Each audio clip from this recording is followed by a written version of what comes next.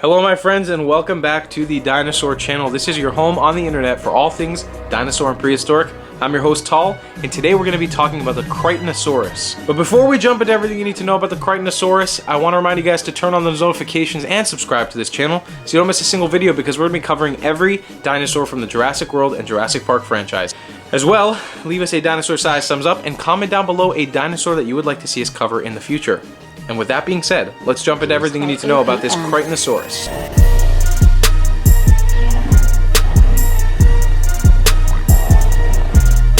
Alright, the Crichtonsaurus. This is going to be a really quick one because there is literally like no information on this dinosaur. When I say no information, I really mean like there's limited, I have like nothing to work with to make this episode. It's very difficult, but nonetheless, this dinosaur has a really big part in a lot of the Jurassic Park community's life. You might not know it, but we'll talk about it in a second. So Crichtonsaurus, what does the name actually mean? It means Crichton's lizard, and that's coming from the guy Michael Crichton, the guy who created Jurassic Park, our father, the father of Jurassic Park. He's birthed the story, the books, both the novel Jurassic Park and Jurassic Park The Lost World. So that's where the name Crichtonsaurus comes from. So where and when did the Crichtonsaurus exist? Well, it existed during the late Cretaceous period, about 100 million to 89 million years ago in China. And what did the Crichtonsaurus look like? Well, it was an ankylosaur, so it kind of had that similar body type. Like I mentioned, really limited information on this dinosaur, what it looked like and its body, for example, but it kind of followed that basic ankylosaur body plan. It had that armor plating all over its body and that club tail,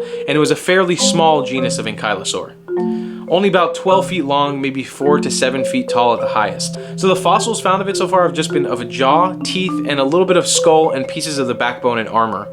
So there's really little to tell from all of this stuff. And as for its fame and involvement in popular media, it's not really famous at all, unfortunately. I think that's probably because it's not really special. The only thing really special about this dinosaur is the fact that it was named and dedicated to Michael Crichton, who has passed away. But he was the father of Jurassic Park, and the Jurassic Park community loves him because he's what gave us the movie series, all these toys that you see behind me. He's what brought that to life for a lot of people. So since this dinosaur doesn't have a lot known about it, and because it's not that popular, it doesn't mean that it shouldn't be an important dinosaur in paleontology. Because of that movie and because of the books that he wrote, so many paleontologists came out of there, and so many discoveries in paleontology came directly from that franchise. So the Crichtonsaurus is sort of the embodiment and the legacy that lives on from Michael Crichton, even though this dinosaur went extinct millions of years before Michael Crichton ever thought of the story of Jurassic Park.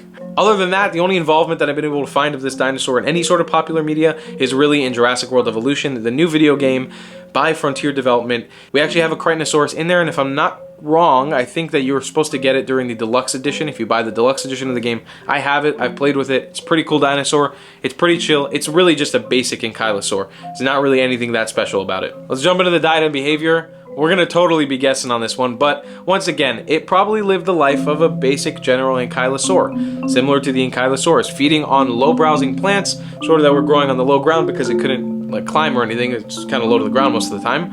Kind of browsing and being a herbivorous ankylosaur dinosaur. It had those spikes on its back and that armor plating to defend itself, just in case a predator tried to mess with him, and it'd be like, nah, I'm Michael Crichton. I'm gonna start a billion-dollar movie franchise. Don't touch me, I'm a dinosaur. So that's exactly what the Crichtonsaurus did back in the day, millions of years ago in the Mesozoic era. And that's all, ladies and gentlemen, about the Crichtonsaurus. I'm sorry I don't have more information. I wish I could. I want to keep this sort of wrapped up, and I don't want to get into little intricacies and debates that happen over the Crichtonsaurus, because there are some in the scientific community, but there's really just not a lot of information on this guy. Nonetheless, super cool dinosaur. All dinosaurs are awesome. Let's get real about it. If you guys love the Crichtonsaurus as much as I do, make sure that you leave us a dinosaur-sized thumbs up on the video, and comment down below a dinosaur that you would like to see us cover in the future. As well, subscribe and turn on those notifications so you don't miss a single video, because we're going to be covering all the dinosaurs and prehistoric creatures in the Jurassic Park and Jurassic World universe. One more thing, I want you guys to know that if you want to help support this channel, you can by donating to us in our PayPal link down below in the description. It'll help us continue making videos as awesome as this for you to continue seeing. With that being said, I'm going to leave you guys there. Our next dinosaur is going to be the Nodosaurus. We'll see you then. Goodbye.